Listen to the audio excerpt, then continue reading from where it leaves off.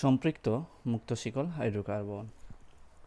সম্পৃক্ত বলতে মূলত বোঝায় একক বন্ধনধারী, অর্থাৎ তার মধ্যে কোনো পাই বন্ধন থাকা যাবে না। যদি এরকম হয় যে শুধুমাত্র সিগমা বন্ধন উপস্থিত, অর্থাৎ একক বন্ধন উপস্থিত কিন্তু কোনো দ্বিবন্ধন নাই, তখন ওই সমস্ত যৌগকে বলা হয় সম্পৃক্ত। তার মধ্যে কোনোভাবেই পাই বন্ধন থাকবে না। যৌগটি সম্পৃক্ত কি অসম্পৃক্ত সেটা আমরা শুধুমাত্র পাই বন্ধনের উপস্থিতির মাধ্যমেই বুঝতে পারি।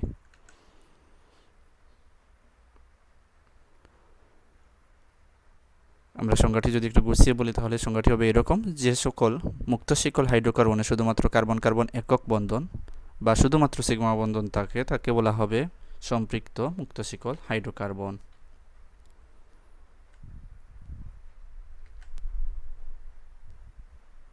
অসম্পৃক্ত মুক্ত শিকল হাইড্রোকার্বন কীরকম হতে পারে সংজ্ঞাটা আমরা প্রথম সংজ্ঞা থেকেই একটু অনুধাবন করলেই বুঝতে পারি। অর্থাৎ আমি প্রথমে বলছি যে অসম্পৃক্ত থাকা মানে হলো তার মধ্যে অবশ্যই পাই বন্ধন থাকতে হবে, আর পাই বন্ধন কখনো সিগমা বন্ধন ব্যতীত গঠন করতে পারে না। সুতরাং বলতে হবে যে তার মধ্যে একই সাথে একক বন্ধনও থাকবে, আবার দ্বিবন্ধন কিংবা ত্রিবন্ধনও থাকতে পারে। অর্থাৎ যে সকল মুক্ত শিকল হাইড্রোকার্বনে এক বা একাধিক কার্বন কার্বন দ্বিবন্ধন অথবা ত্রিবন্ধন থাকে তাকে অসম্পৃক্ত মুক্ত শিকল হাইড্রোকার্বন বলা হয়।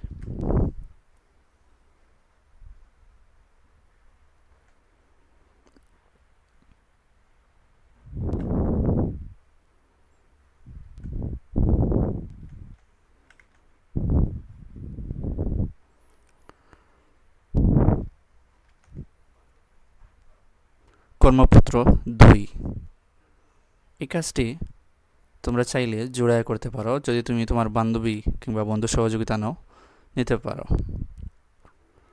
প্রশ্ন হলো C2H6 এবং C2H4 অসম্পৃক্ত হাইড্রোকার্বন কি না তা ব্যাখ্যা করো।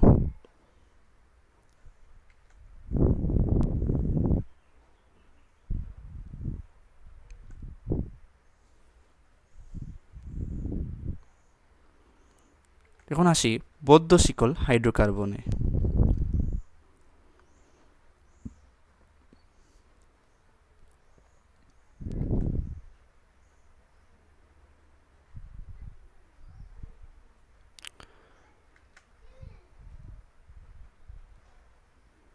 যে সকল হাইড্রোকার্বন বা যে সকল হাইড্রোকার্বনের কার্বন শিকলের দুই প্রান্তের কার্বন পরস্পরের সাথে যুক্ত হয়ে একটি বলয় বা চক্র গঠন করে তাকে বলা হয় বদ্ধ শিকল হাইড্রোকার্বন বা চাক্রিক হাইড্রোকার্বন বলা হয়।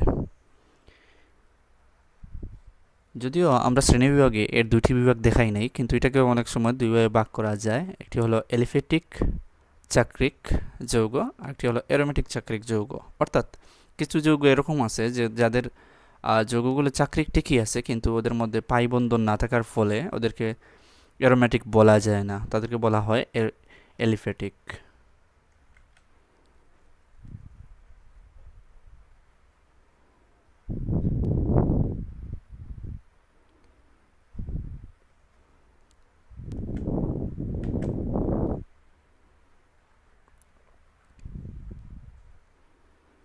বা একক বন্ধনধারী যেগুলোতে দ্বিবন্ধন থাকে না, ওই সমস্ত যৌগের ক্ষেত্রে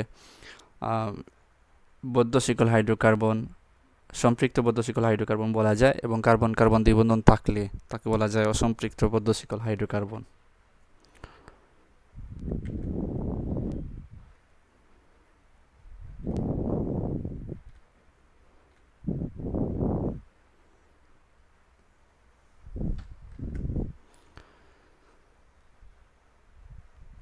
তাহলে আমাদের মূল্যায়নগুলো কি কি? হাইড্রোকার্বন কাকে বলে সেটা কি আমরা জানতে পারলাম?